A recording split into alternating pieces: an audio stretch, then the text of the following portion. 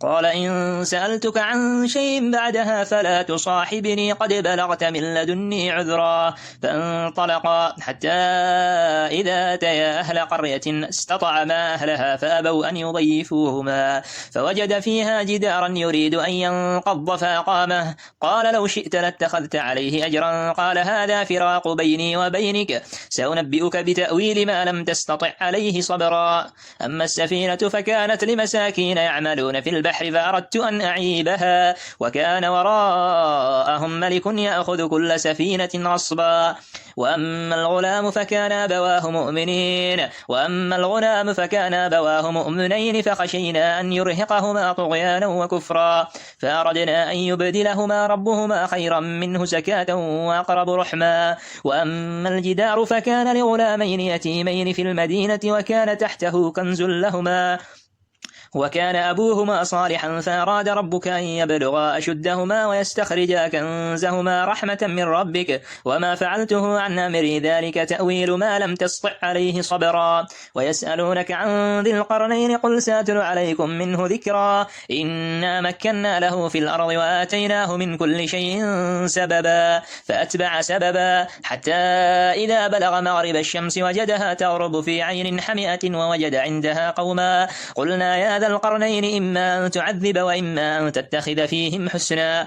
قال أما من ظلم فسوف نعذبه ثم يرد إلى ربه فيعذبه عذابا نكرا. وأما من آمن وعمل صالحا فله جزاء الحسنى وسنقول له من أمرنا يسرا. ثم أتبع سببا حتى إذا بلغ مطلع الشمس وجدها تطلع على قوم لم نجعل لهم من دونها سترا.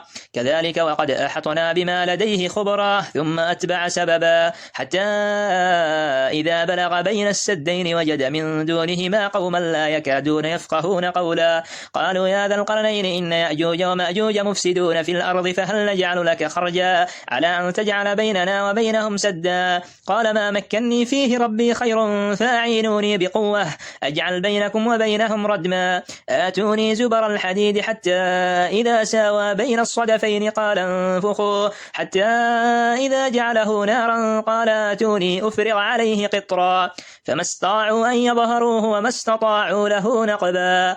قال هذا رحمة من ربي فإذا جاء وعد ربي جعله دكا وكان وعد ربي حقا. وتركنا بعضهم يومئذ يموج في بعض ونفخ في الصور فجمعناهم جمعا وعرضنا جهنم يومئذ للكافرين عرضا. الذين كانت أعينهم في غطاء عن ذكري وكانوا لا يستطيعون سمعا. أفحسب الذين كفروا أن يتخذوا عبادي من دوني أولياء إنا اعتدنا جهنم للكافرين نزلا. قل هل ننبئكم بالأخسرين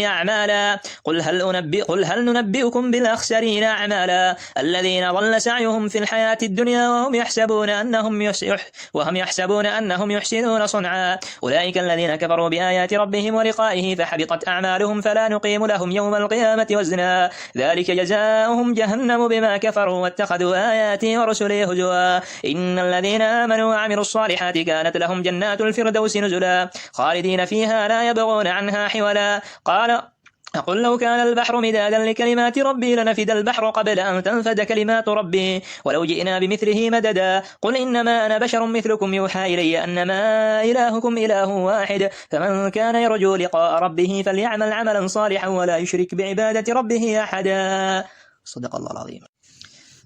قال إن سألتك عن شيء بعدها فلا تصاحبني قد بلغت من لدني عذرا. فانطلقا حتى إذا أتيا أهل قرية استطعما أهلها فأبوا أن يضيفوهما فوجد فيها جدارا يريد أن ينقض فأقامه. قال لو شئت لاتخذت عليه أجرا. قال هذا فراق بيني وبينك سأنبئك بتأويل ما لم تستطع عليه صبرا.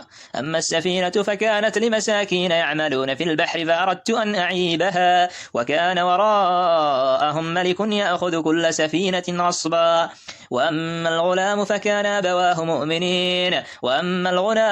أبواه مؤمنين فخشينا أن يرهقهما طغيانا وكفرا فأردنا أن يبدلهما ربهما خيرا منه زكاة وأقرب رحما.